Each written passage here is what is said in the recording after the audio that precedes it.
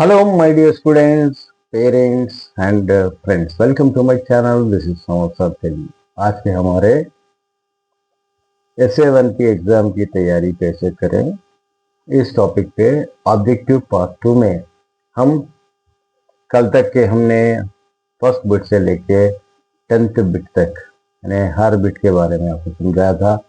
First bit में शुद्ध वाक्याలు रहेंगे, ओन सेंटेंसेस। सेकेंड बिट में अर्धालु रहेंगे, ओन सेंटेंसेस 2 बिट्स दिए जाएंगे, अर्धालु 2 बिट्स दिए जाएंगे। उसके अंदर पर्याय पदार्थ फिर 1-2 बिट्स दिए जाएंगे। तो उसके अंदर नाना अर्थालु वो भी 2 बिट्स दिए जाएंगे। उसके अंदर प्रकृति विकृति वो 1 बिट दिया जाएगा। विभक्ति प्रत्ययालु वो 1 बिट दिया जाएगा। उत्पत्ति अर्थ में 1 बिट दिया जाएगा।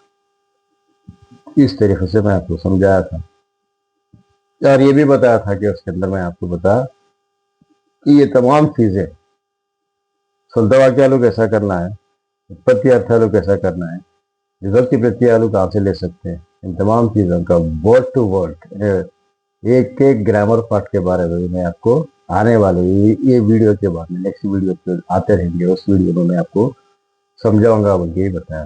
चलिए फिर आज कल तक बीट नंबर 1 से लेकर बीट नंबर 10 तक किस तरीके से हमने पढ़े थे, तो उसी तरीके से आज के दिन बीट नंबर 11 से लेकर बीट नंबर 20 तक रिमेनिंग 10 बिट्स के बारे में मैं आपको बताने वाला हूँ। तो 10 बिट्स में क्या करना है, यहाँ पर फर्स्ट 11th बिट में क्या रहेगा आपका भाषा भागालु रहेगा। तो भाषा भागालु का मतलब हो गया आपके पास पार्ट्स ऑफ स्पीच।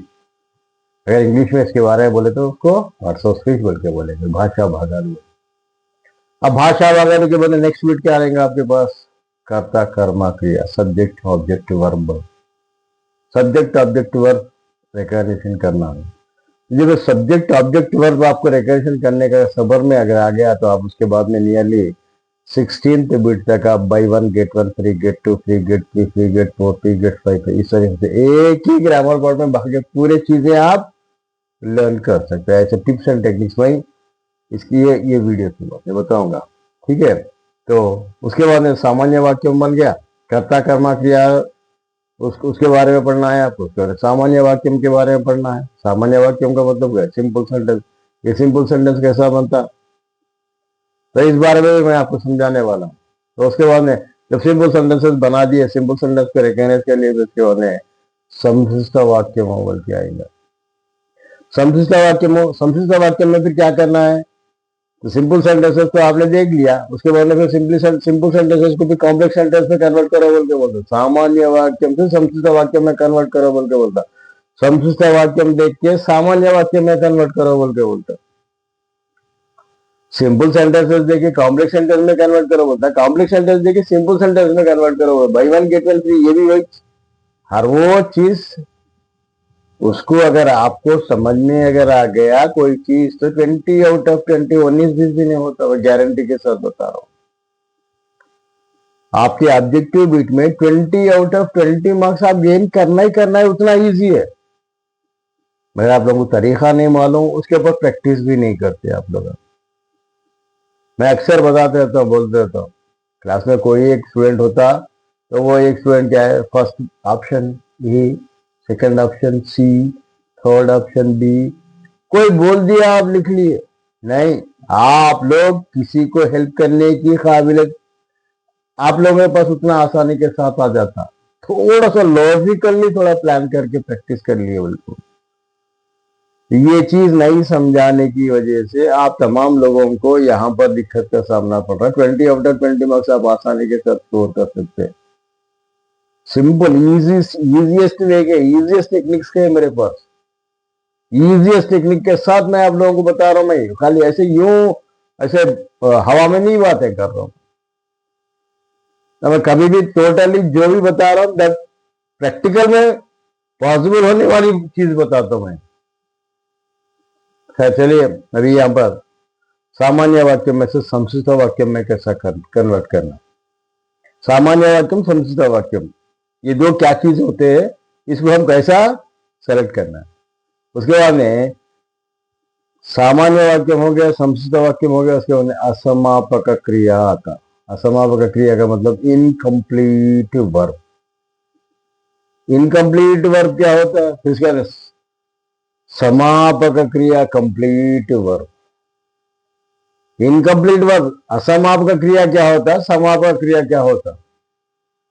तो ये भी मैं आपको ये इसका भी टिप्स मैं आपको बताने वाला हूँ। तमाम चीजें one by one each and every grammar आपको आने वाले एग्जामिनेशन तक मैं रोज यही टॉपिकों पे आपको मैं वीडियो बना देता हूँ, उसको आप प्रैक्टिस करते चले जाइए।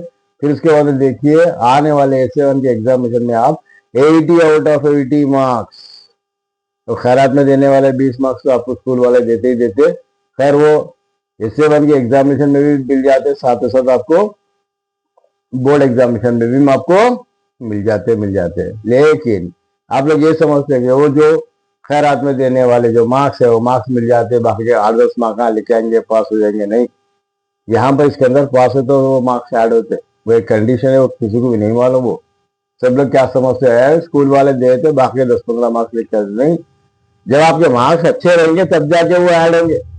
ये चीज जहन में रख के चलिएगा आप लोग का, ऐसी नजरिए से पढ़ने की कोशिश करिए, समझिए ना। ऐसा तो कोई फेल होने वाला नहीं है कोई, वो ऑलरेडी वो इंटरनल मार्क्स देने की वजह से क्या होता है, उसके अंदर पास परसेंटेज ज्यादा आ गया, छोड़ो मैं वो टॉपिक फिर उसके बारे में टॉपिक अलग डाइवर्ट हो जाता, मैं वो नहीं बता रहा। नेक्स्ट बेटा हमारे पास, तो उसके बाद में असमापक क्रिया हो गया, समापक क्रिया हो गया, इनकम्प्लीट वर्ब हो गया, कंप्लीट वर्ब हो गया। उसके बाद में कैलिपर आईएनडी बोल के बोलते, कैलिपर आईएनडी का मतलब ऐड एंड राइट। एक सेंटेंस दिया जाता है, वो सेंटेंस में उसको क्या करें, ऑलरेडी उसके अंदर प्लस मार्क अगर दे दिया तो उसको कैलिपर आईएनडी बोल के बोलेगा, ऐड एंड राइट बोल के बोलते। इधर आधा देगा, इधर आधा देगा, बीच में प्लस मार्क देगा, तो प्लस मार्क दिए उस सेंटेंस में उसको क्या करो, उसको प्लस मार्क्स हटा के उसको लिखने की कोशिश करो, उसको add and write caliper IND बोल के बोलते। अब यहाँ पर कैलिपर आईएनडी, यहाँ पर by one get one free है, एक लर्न करो दूसरा फ्री में आता है, ये लर्न करो वो आता है, वो लर्न करो ये आता है। सिंपल लॉजिक है, इसको अलग अलग से याद करने की जरूरत ही नहीं है। फिर उसके बाद में फिर क्या, एक सिंपल सेंटेंस दिया जाएगा, दे के क्या बोलता है उसको, इसको स्प्लिट एंड राइट बोल के बोलता है। एक कैलिपर आईएनडी बोल के बोलता है, एक विडेडीसी आईएनडी बोल के बोलता है। ये ऐड करके लिखो बोल के एक बोलता, स्प्लिट करके लिखो बोल के एक बोलता। अब उसके बाद में नेक्स्ट बिट क्या रहेगा आपके पास, बोल के बोलते हो समास समूह विग्रह वाक्यों का बिट रहेगा। अब ये समास समूह विग्रह वाक्य में क्या चीजें है ये, तो ये समास समूह विग्रह वाक्य में अब यहाँ पर 3 चीजें हैं यहाँ पर। फर्स्ट समास पदम, सेकंड विग्रह वाक्यम और थर्ड समासा नामम। ये समास पदम किसको बोलते हैं, विग्रह वाक्यम किसको बोलते हैं, समासा नामम किसको बोलते हैं। पर ये चीज का आइडिया हमको अगर मिल गया तो इसके बाद में फिर समासों विग्रह वाक्यों में रिकॉग्नाइज करना या समास पदों में रिकॉग्नाइज करना, समासा नामों में रिकॉग्नाइज करना बड़ा मुश्किल काम है। सबसे पहले हमको ये जो टफ जो चीजें हैं, समास पदम किसको बोलते हैं, विग्रह वाक्यम किसको बोलते हैं, समासा नामम किसको बोलते हैं, ये 3 चीजों का आइडिया हमारे पास है ना। जब आपका ये अगर आपके पास आइडिया अगर है तो फिर आने वाले दिनों में आपको रिकॉग्नाइज करना बड़ा मुश्किल काम नहीं। तो उस वास्ते मैं आपको क्या बोल रहा हूँ, ये तमाम चीजें वन बाय वन स्टार्टिंग से लेके, मैं इससे पहले के वीडियो में ही बताया, ये 20 के 20 बिट्स आपको याद रखना जरूरी है। तो आपको इस तरीके से याद रखना है कि फर्स्ट बिट में संता वाक्य आएंगे, वो संता वाक्य 2 बिट्स दिया जाएगा, आपको वन से लिखना है। सेकंड बिट में अर्धालु आएंगे, अर्धालु भी 2 बिट्स दिया जाएगा। फिर उसके अंदर पर्याय पदालु आएंगे, पर्याय पदालु भी 2 बिट्स दिए जाएंगे। फिर उसके बाद नानार्थालु भी 2 बिट्स दिए जाएंगे। 2 बिट्स कैसे दिए जाएंगे, फॉर एग्जाम्पल एक छोटा सा एग्जाम्पल बताता हूं। यहां पर गोप्पा घन महीना, इसका मीनिंग वहां पर पूछा, ऑप्शन ए मेटी, ऑप्शन बी और समथिंग, ऑप्शन बी और समथिंग, ऑप्शन बी। तो इस तरीके से आपको यहाँ पर एक वर्ड देके उसके जो नानार्थालु आने वाले टॉपिक देके भी क्वेश्चन पूछ सकता, यानी तो जो आप नानार्थालु देके इसका ओरिजिनल वर्ड क्या है ऐसे बारे में भी पूछ सकते हैं। इधर से उधर ट्विस्टेड करके देने का बस उतना ही, इसके अंदर कोई वो रॉकेट साइंस नहीं है, कोई परेशान करने वाली चीज नहीं है। आपको याद करना एक ही है, लेकिन बिट्स अगर देंगे तो एक बिट देके, फॉर एग्जाम्पल मैं आपको बताता हूँ, भवुडू, ब्रातिड़ू प्राकृतड़ू बोल के एक वर्ड है, तनु भवुडू अगर वर्ड है तो भवुडू का मतलब ब्रातिड़ू प्राकृतड़ू, ये दो अलग अलग, इसका अलग अलग मतलब है। और उसके सेकेंडरी क्या बताया था मैं ऑलरेडी, क्या होता है, घना महीना गोप्पा, गोप्पा घना महीना, ये दो वर्ड्स है, इसका मीनिंग क्या है, मीठी है। इसका पहले दो ऑलरेडी नानार्थालु देखिए, उसका मीनिंग पूछता। इस तरीके से आपको हर वो चीज में पर्यायपदालु का भी ऐसी, अर्थालु का भी ऐसी, एक देखिए उसका अर्थालु क्या है पूछ सकता, एक देखिए क्या पूछ सकता। फॉर एग्जाम्पल यहाँ पर मैं एक एग्जाम्पल बता रहा हूं, यहाँ पर एक एग्जाम्पल यहाँ पर क्या है बोल के बोले तो, यहाँ पर गिरी, गिरी का मतलब कोंडा, फिफ्थ लेसन के टॉपिक में से बता रहा हूं मैं, गिरी का मतलब कोंडा, सिंगल में मीनिंग अगर दे दिया। और एक मीनिंग क्या था, शरीरम देहम, शरीरम देहम, पर्यायपदालु के बारे में। पर्यायपदालु दो देने के क्या करता, उसका नीचे पूछता, उसका मीनिंग क्या है, तनुवु बोल, तनुवु देहम शरीरम बोल। कभी कभार क्या करता, ऐसा ही दे देता,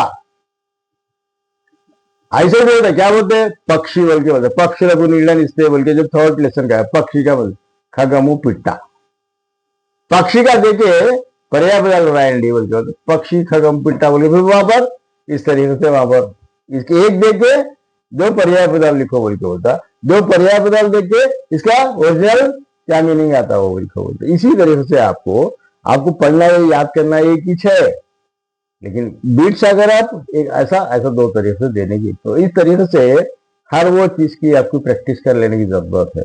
नानार्थालु के बाद में क्या रहेंगे, प्रकृति विकृति रहेंगे, प्रकृति विकृति के बाद में विभक्ति प्रत्यालु रहेगा, विभक्ति प्रत्यालु के बाद में उत्पत्ति अर्थालु रहेगा, उसके अंदर भाषा भागालु रहेंगे, सामान्य वाक्य में रहेगा, संक्षिप्त वाक्य में रहेगा, उसके बाद में सामान्य वाक्य में हो गया, संक्षिप्त वाक्य में हो गया, उसके बाद में असमापक क्रिया हो गया, समापक क्रिया हो गया, उसके अंदर कैलिपिराइंडी हो गया, उसके विड़ोदिशिराइंडी हो गया, उसके अंदर समासम हो गया, उसके अंदर विग्रह वाक्य हो गया। तो ये सीरीज पूरी आपको step by step, step by step, step by step आपको रहना, आपके दिल दिमाग में रहना चाहिए, ताकि वहां पर करने में कहां पर भी मुश्किल ना हो। अब ये तमाम चीजों का मतलब भी समझ में आना चाहिए। जैसे कि मैं आपको बताया, क्या बोल के बता रहा हूं, यहाँ पर विभक्ति प्रत्यय, विभक्ति प्रत्यय का मतलब क्या है, प्रीपोजिशन है, ये चीज आपके ध्यान में है ना।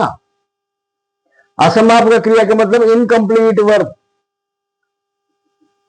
सामान्य वाक्य हम किसको बोलते हैं, सिंपल सेंटेंस। ये चीजें आप चाहे इंग्लिश मीडियम पढ़ो या उर्दू मीडियम पढ़ो, ये तमाम चीजें आपके पहले इसको ये आपके समझ में अगर आ गए, तो आप 1 to 20 बीट्स आपके दिल दिमाग में अगर बैठे, तो आप 50 प्रैक्टिस पेपर करो बोल के बोलते हो, भी आप करने में ये टक टक टक टक टक करने से चले। अगर ये जब तक कि आपके दिलो दिमाग में नहीं बैठता, तो फिर मुश्किल का काम है। तो वीडियो बहुत लंबा होता चला जा रहा है, आप तमाम लोगों को ये वीडियो अच्छी तरीके से समझ में आई होगी। तो फिर समोसा तेलुगु चैनल को लाइक करिए, शेयर करिए, सब्सक्राइब करिए, समझिए ना, शेयर करने में, और एक प्यारा सा कमेंट भी लिखिए, कमेंट लिखने में कंजूसी मत करिएगा। फिर मिलते हैं अगले वीडियो में, यानी अब ये तमाम वीडियो की जो एक के बाद यानी मैं इंपॉर्टेंट क्वेश्चन भी दूंगा, 4 मार्क्स के क्वेश्चन भी दूंगा, 8 मार्क्स के क्वेश्चन भी दूंगा, और जो फर्स्ट एंड सेकंड लेसन के सीन पैसेजेस कैसे करना, वो तमाम चीजें 1 by 1 एक के बाद में देते रहूंगा। तो हमेशा वॉचिंग करते रहिए, कीप वॉचिंग करते रहिए, और मिलेंगे फिर अगले वीडियो में। तब तक के लिए दीजिए समोसा को इजाजत। Thank you.